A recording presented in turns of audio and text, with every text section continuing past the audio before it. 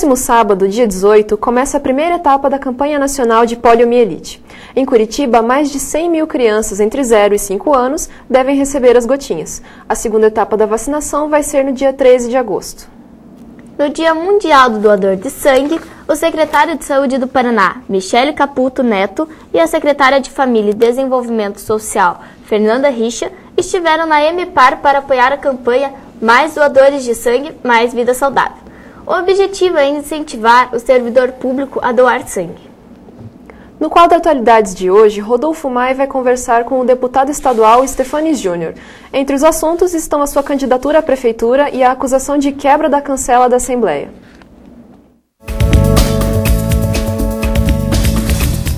Olá! No Tela 1 Atualidades de hoje, eu recebo o deputado estadual pelo PMDB, Reinaldo Stefanes Júnior. Stefanes, seja bem-vindo aos nossos estúdios e muito obrigado pela sua presença. Stefanes, o que eu gostaria de saber do senhor, eu conversei com o Gustavo Frutti, com a Renata Bueno, com o Ratinho Júnior, todos tiveram influência dos seus pais na vida pública. Eu gostaria de saber do senhor qual foi a influência que o seu pai teve. Olha, acho que como todo filho que acompanha seu pai, acaba tomando gosto pelo trabalho do seu pai. Eu diria que tanto alguém que é um médico, que tem um filho que o acompanha, o filho tem a tendência de ir para a medicina, um advogado, o dono de uma padaria, o filho entra no trabalho, acaba também depois administrando a empresa. Aconteceu comigo, eu acompanhei meu pai e acabei vendo o trabalho dele, uma pessoa muito séria, muito correta, me influenciou bastante. Mas na verdade eu tinha tomado um caminho diferente no início. Eu fui para uma iniciativa privada, fui morar no Rio de Janeiro, trabalhar numa empresa de medicina, que é a Mil. Fiz pós-graduação no exterior, em Harvard, na Alemanha, no Friedrich Naumann Stiftung. Fiz MBA também na Federal do Rio de Janeiro. Sou formado aqui na Federal do Paraná, em Economia. E acabei vindo dirigir empresa no Paraná. E, para minha surpresa, o Jaminera me convidou para ser secretário da administração do Estado. Quando ele me fez esse convite, eu acabei aceitando. E quando acabou o mandato de 4 anos, eu decidi ser candidato a vereador. Foi uma surpresa para todo mundo.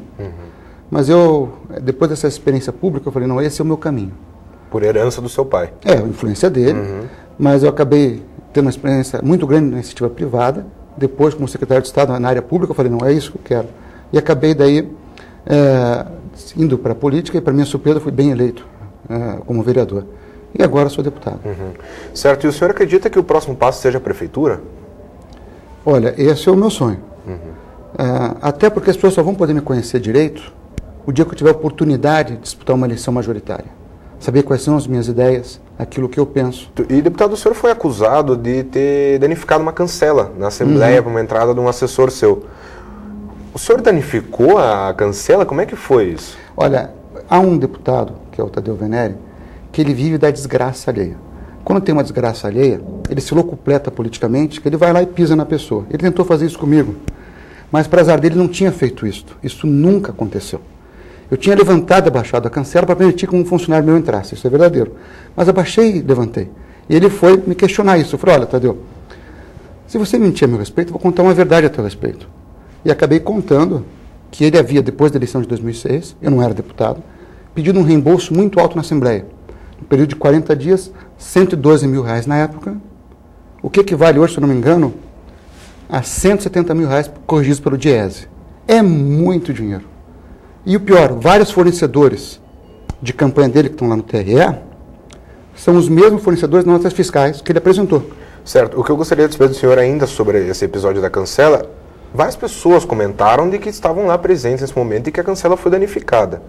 O que houve esse conflito de informações? Como é que o senhor explicaria esse conflito de informações? Eu diria que é mau caratismo. Isso não aconteceu. E por isso ele se lascou, porque eu acabei daí. Primeiro que, não sei se você conhece a cancela ela é de uma espécie de borracha. Você levanta e abaixa e não houve nada. Mas é ridículo ele querer me questionar publicamente sobre isso. Ele acabou se lascando, porque agora tem denúncia dele no Ministério Público por ter pegado um valor muito grande num período muito curto, e logo depois da eleição há uma suspeita muito grande com o que aconteceu com as notas fiscais dele.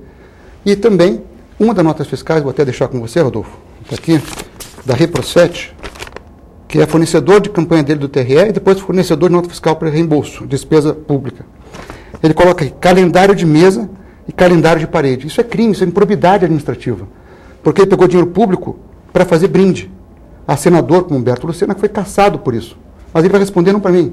O Ministério Público está fazendo denúncia contra ele. Certo. E então, existe uma lei de que não pode fazer esses calendários de mesa, não, nenhum é tipo, brinde, nenhum isso é tipo de brinde. brinde. Certo. E é sempre cumprido? Ou isso aqui é uma exceção? Ou não há uma investigação a princípio, completa todo sobre deputado isso? tem que saber que isso não pode. É que antigamente as notas fiscais não ficavam na Assembleia. O deputado apresentava e recebia de volta, tanto que eu não tinha informação. Eu sabia que ele tinha recebido cheques, porque essas informações eu levantei no financeiro da Assembleia. Daí eu fui questionar ele das notas fiscais. Quando ele mandou, pior ainda, os fornecedores de nota fiscal para reembolso são, a maioria, os mesmos fornecedores de campanha. E o pior, fez brinde com dinheiro público. Mas, de qualquer maneira, o problema não é mais comigo, o problema agora é com a Justiça.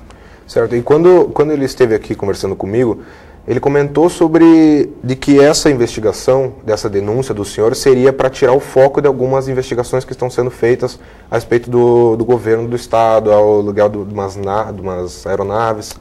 Isso é ridículo. Veja, ele que provoca a discussão e na hora que ele é acusado ele vem querendo mudar o quadro. Isso é muito típico de pessoa dissimulada, mas isso não é verdadeiro, né?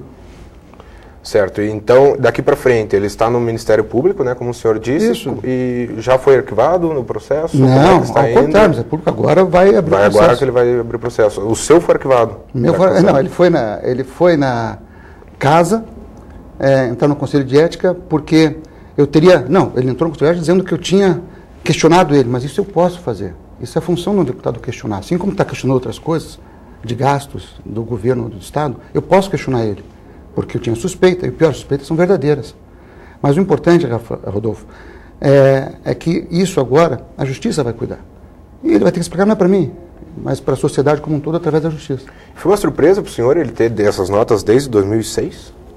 Eu esperava que tivesse, porque eu tinha essa suspeita e agora estão comprovadas. E o senhor tem as suas notas também? As minhas notas, desde que eu sou deputado, são públicas, estão na internet.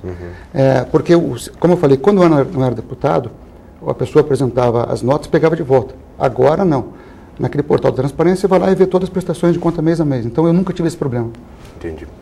Deputado, muito obrigado pela sua presença aqui. Esperamos ter esclarecido, dando os dois pontos de vista dessa história, né? Do senhor e o dele. Então, esperamos que cabe do jeito que for o certo, né?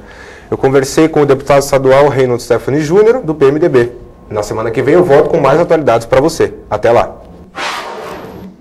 Agora você confere algumas dicas da nossa agenda cultural. A cantora Rose Greca lança o seu livro de música A Canção para Crianças no Teatro da Caixa, no dia 15 de junho. O espetáculo vai misturar música e poesia voltadas para o público infantil. O show começa às 8 horas da noite e a entrada é gratuita. O saxofonista Milton Guedes se apresenta no John Bull Pub, no dia 16 de junho. Além de composições próprias, o artista vai tocar músicas de Jorge Benjor, Michael Jackson e releituras de Tim Maia, Black Eyed Peas, Titãs e Roberto Carlos. O show começa às 11 horas da noite e os ingressos custam R$20.